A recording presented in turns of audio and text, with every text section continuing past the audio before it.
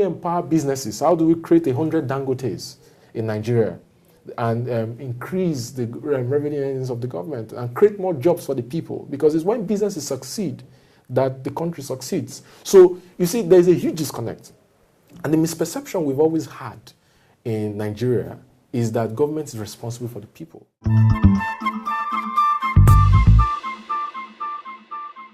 But I believe that the people are responsible to the government. If the people succeed, the government succeeds. If the people fail, the government fails. So we have to realize that for us to achieve our diversification strategy, we need to change our perception to the equation. And the perception is this: we need to empower businesses to succeed so that they can pay more taxes to the government to execute their responsibility to the people. This is the way I see it. And so this whole dependency will now cease, and now we'll begin to focus on what are the real issues, because being dependent on oil had given us this false mindset that we had so much when we needed to develop other sectors to be viable for the economy. Well, you need to realize something. You need to realize something.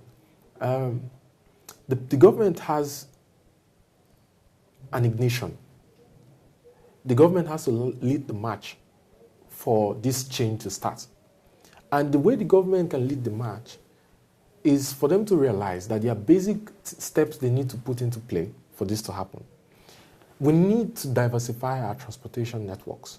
Businesses lose time because there are no roads. There is traffic jam everywhere. This is a festive period, and if you go around the city of Lagos, you see that the place is jammed.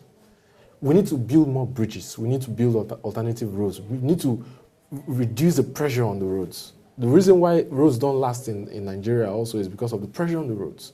If you have an air transportation system that is very effective and affordable, people will fly more. If you have a railway system, people will take the rail. If you have a waterway system, people will take the waterways. Right? So we need to diversify the transport system.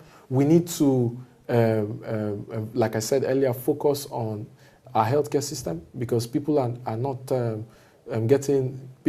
Okay, let me give you an example. India, the Indian government records that they make $250 million from medical tourism. Yeah. A huge percentage of that money comes from Africa, and specifically Nigeria. So someone wants to give birth to a child, it travels to Germany, it travels to India, it travels to the US. And I can tell you that you will not spend less than $12,000 to deliver abroad. So if you do the maths, you say 10,000 women travel abroad, for example, every year to deliver. Calculate $12,000 times 10,000 women, and calculate how much of our hard-earned money that we're taking abroad to fund and sponsor other economies. How do we create the tools that we need for businesses to thrive and to succeed in Nigeria? When you create the tools and enabling environment that the business needs to succeed and thrive, the businesses will in turn make the government, because they will succeed and they will pay tax.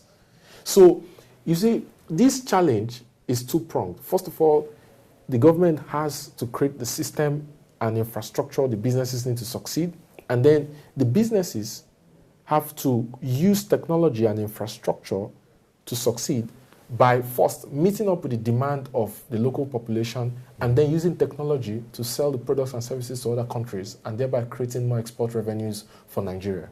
Very, very solid analysis. And between the two contestants, I believe that would be a call to redirecting their strategies. But finally now, between President Jonathan and General Buhari, who do you think, I know your objective, you don't have anybody, but who do you think has that strategy that could move the economy forward? This is a very tough question, because you see, the current administration, I would say categorically, if I'm to assess based on 100%, current administration has done maybe 55%.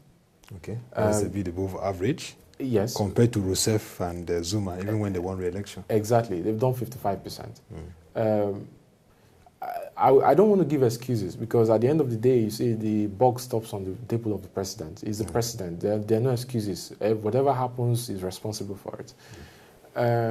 But when you look at your position, you want to look at the west, the western part of Nigeria, which is the area where their party has dominated. You want to look at Lagos, progress. Lagos. You want to look at Osun, Lagos. You want to Oyo, look at Ogun Oyo State. You want to look at Ogun State. You want to look at Edo State. You want to look at the states that they've dominated.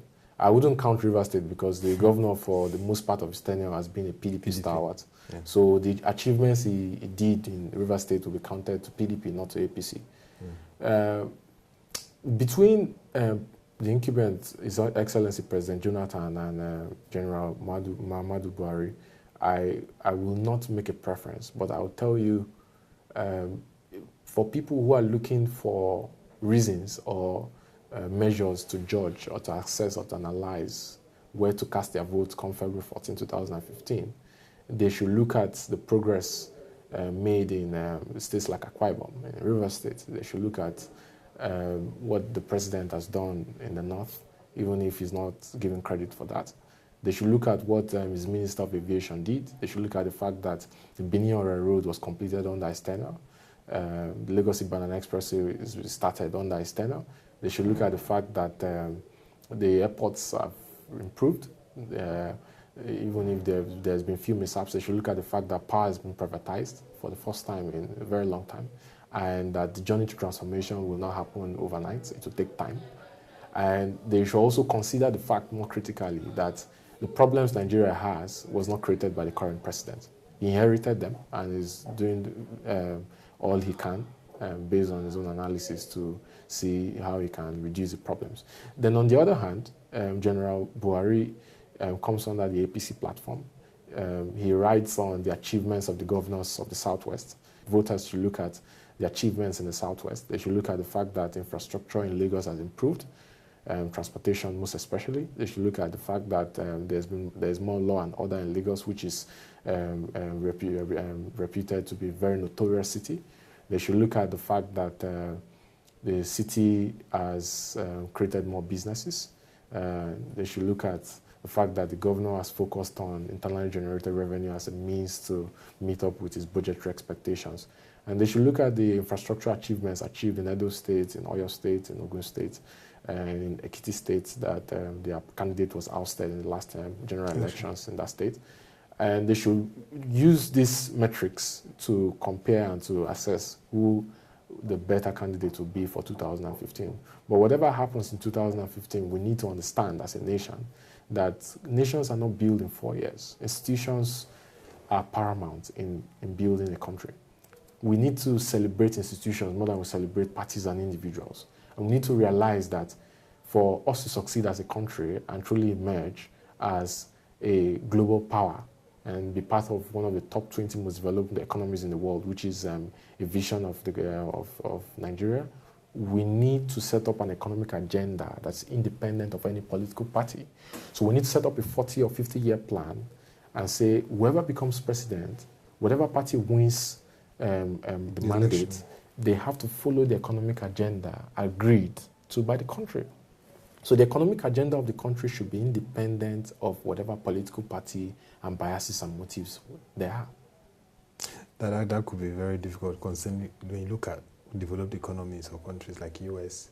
The US, if the Democrats come, they always want to have more social driven plans. Republicans want to use the conservative approach to creating strategy. But you also need to realize that in America, in the same America, they have a primary economic agenda that is independent of whoever the president is. They follow the liberal economy. They follow that economic agenda to the letter. They have a security budget that cannot be compromised by whatever the political bias is. They have a healthcare system. They have an infrastructure system that cannot be compromised. So we need an economic agenda. It's not to say that there is going to be a strict economic agenda that will follow to the letter, but it's saying that there are basic principles and basic plans and basic measures and basic expectations that we should put in a plan that should be there for 40 or 50 years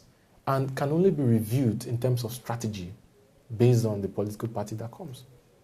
Now, finally, before we close, there is this talk by analysts that subsidies should be removed, whichever way it goes.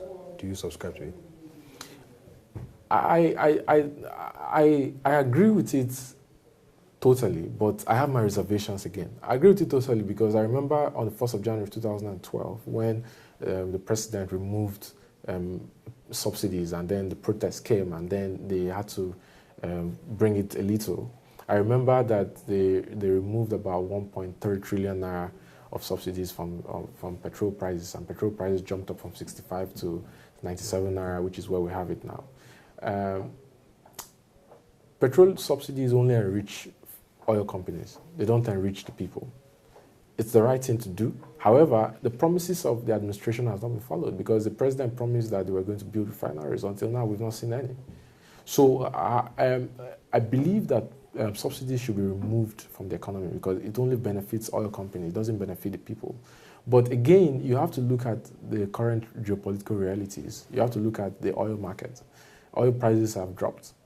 You have to consider that removing the subsidies will help the government to shock the deficit it's incurring from the drop in oil prices to set up supplementary budgets. You have to look at the fact that we're an oil-producing country and that the best way to go is to build refineries and refine our petroleum products locally. So removing petroleum subsidies is the right way to go, but the implication of doing that will mean we have to revise the price of petrol from 97 naira up to about 145 naira per litre, which will cause mass chaos in the country. Like we saw in Indonesia and Sudan. Exactly. Okay. Exactly. Right. So the people believe that the incentive for us being an oil producer is to have cheap oil prices, which does not always play in advanced capitalist countries. Yeah. Thank you very much, Kelvin. Thank you. Thank you very much for that incisive analysis. Thank you for having me. And so that will be all for this edition. We featured Mr. Kelvin Emmanuel, who gave us a youth perspective on the economy strategy for the next president of Nigeria come February 2015 elections. And so you've seen the clear issues raised and we want you to join us to continue the debates. Log on to our website www.webtvng.com and also our social media handles, Facebook and Twitter. We're all available for you to engage us. The elections is here and it's time for you to engage. Please engage wisely, avoid violence, because this election is to decide the best for Nigeria. Thank you for watching. Have a lovely day.